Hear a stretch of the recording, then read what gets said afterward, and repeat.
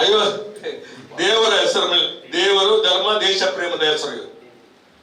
ಇವತ್ತು ಎಷ್ಟು ಲೂಟಿ ಮಾಡಿದ್ರು ಅಂತ ಹೇಳಿದ್ರೆ, ಈಗ ನನಗೆ ಇದು ಇವರು ನೋಡಿ ದೇವರ ಹೆಸರನ್ನು ಹೇಳ್ಕೊಂಡು ನನಗೆ ಒಬ್ರು ಹೇಳ್ತಾರೆ, ಹೌದು ಈಗ ಈ ದೇಣಿಗೆ ಸಂಗ್ರಹ ಮಾಡಿದ ಕಲೆಕ್ಷನ್ ನಲ್ಲಿ ಅದು ಏನಾಗಿದೆ ಅಂತ ಹೇಳಿದ್ರೆ, ಈಗ ಅವರು ಅಧಿಕಾರ ಚೇಂಜ್ ಮಾಡಿದಲ್ಲಿ ದಿವಸಕ್ಕೆ 8 ಲಕ್ಷ ರೂಪಾಯಿ ವ್ಯತ್ಯಾಸ ಬರ್ತದೆ. ಎಷ್ಟು? 8 ಲಕ್ಷ. ಅದೇ ಸಾಮಾನ್ಯ ಅನ್ನ ಅಂತ ಹೇಳುವಂತ ಮಾತನ್ನ ಹೇಳ್ತಾರೆ ಕೆಲ ಜನ. ಸಾಮಾನ್ಯ, ಅದು ದೊಡ್ಡ ವಿಚಾರ ಅಲ್ಲ. ಅದು ಅಲ್ಲ, ಬೇರೆ ಬೇರೆ ರೀತಿಯಲ್ಲಿ ಇವತ್ತು ಆ ದೇಣಿಗೆ ಸಂಗ್ರಹದಲ್ಲಿ ಆರೋಪ ಆಗಿದೆ. ಬಹುಶಃ ಒಂದು ದೇವರ ಹೆಸರಿನಲ್ಲಿ ಈ ತರ ಆಗಿರ್ತಕ್ಕಂಥದ್ದು ಬಹಳ ಹೇಳ್ತಾರೆ ನಮ್ಗೆ. ನಾವು ಇವರು ರಾಮ್ ಭಕ್ತರಲ್ಲ, ನಾವು ದೈವ ವಿಶ್ವಾಸಿಗಳೇ. ನಾವು ನಮ್ಮ ಊರಿನಲ್ಲಿ ದೇವಸ್ಥಾನಕ್ಕೆ ಹೋಗುವವರೆ ಧರ್ಮ ಬಗ್ಗೆ ನಮ್ಗೆ ಕಾಳಜಿ ಇರುವ ನಾವು ಯಾವ ದೇವಸ್ಥಾನಕ್ಕೆ ಎಲ್ಲ ಕಾರ್ಯಕ್ರಮದಲ್ಲಿ ನಾವಿದ್ದೇವೆ. ಇವರು ರಾಮನ ಭಕ್ತರಲ್ಲದವರು ಇದು ಮಾತಾಡ್ತಾರೆ ಅಂತ ಹೇಳ್ತಕ್ಕಂಥ. ಇವರು ಯಾಕೆ ಮಾತಾಡ್ತಾರೆ? ರಾಮ ಭಕ್ತರು ಕಲೆಕ್ಷನ್ ಮಾಡಿದ್ರೆ ರಾಮ ಭಕ್ತರು ತಿಂದಿದ್ದಾರೆ, ಏನು ದೊಡ್ಡ ಸಮಸ್ಯೆ ಅಂತ ಹೇಳ್ತಕ್ಕಂಥ ಮಾತನ್ನು ಹೇಳ್ತಾರೆ. ಎಲ್ಲರೂ ದೇವರ ಧರ್ಮ ವಿಶ್ವಾಸಿಗಳು, ದೈವ ವಿಶ್ವಾಸಿಗಳು. ನಾವತ್ತು ನನಗೆ ನನ್ನ ವೈಯಕ್ತಿಕ ಹೇಳ್ಬೇಕು ಅಂತಂದ್ರೆ, ನನ್ನ ತಂದೆ ರಾಮೇಶ್ವರಕ್ಕೆ ಕರ್ಕೊಂಡೋಗಿ ನನಗೆ ಹೆಸರಿಟ್ಟದ್ದು ರಾಮನಾಥ ಅಂತ. ಅವರ ಒಂದು ನಂಬಿಕೆಯ ಮೇಲೆ ನನಗೆ ಹುಯಿಗೆಲ್ಲಿ ಅಕ್ಷರಾಭ್ಯಾಸ ಮಾಡಿರ್ತಕ್ಕಂಥ ನಾವು ಪ್ರತಿ ವರ್ಷ ಹೋಗ್ತಿದ್ವಿ. ನಮ್ಮ ತಂದೆ ರಾಮಾಯಣ.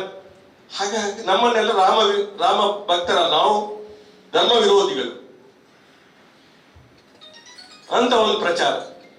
ಇದು ಕೂಡ ಇದನ್ನು ನಾವು ಬಹುಶಃ ಇದು ದೇವರ ಹೆಸರಿನಲ್ಲಿ ಲೂಟಿ ಮಾಡೋದು. ಉದಾಹರಣೆಗೆ ನನ್ನಲ್ಲಿ ಹೇಳ್ತದೆ, ದೇವರ ಹೆಸರಲ್ಲಿ ಮಾಡ್ತಕ್ಕಂಥದ್ದು. ನಮ್ಮಲ್ಲಿ ಒಂದು ರಾಮ ಭಜನಾ ಮಂದಿರ ಇದೆ.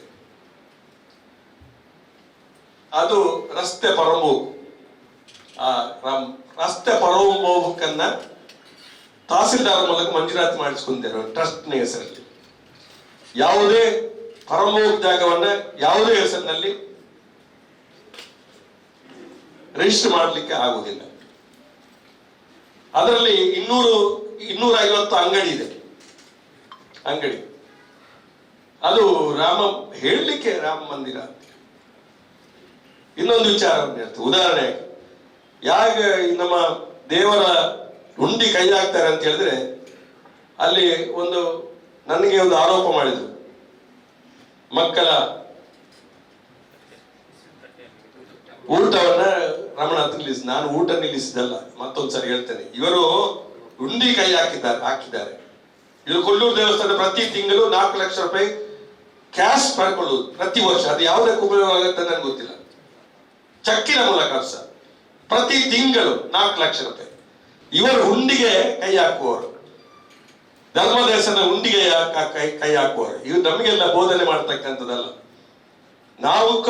ನಾವು ದೈವ ಭಕ್ತರೇ, ಧರ್ಮ ವಿಶ್ವಾಸಿಗಳು. ನಾವು ನಮ್ಮ ಯಾವ ದೇವಸ್ಥಾನ, ನಮ್ಮ ಊರಲ್ಲಿ ಇರ್ತಕ್ಕಂಥ ಎಲ್ಲ ದೇವರುಗಳ ಕೆಲಸವನ್ನು ನಾವು ಮಾಡ್ತೀವಿ.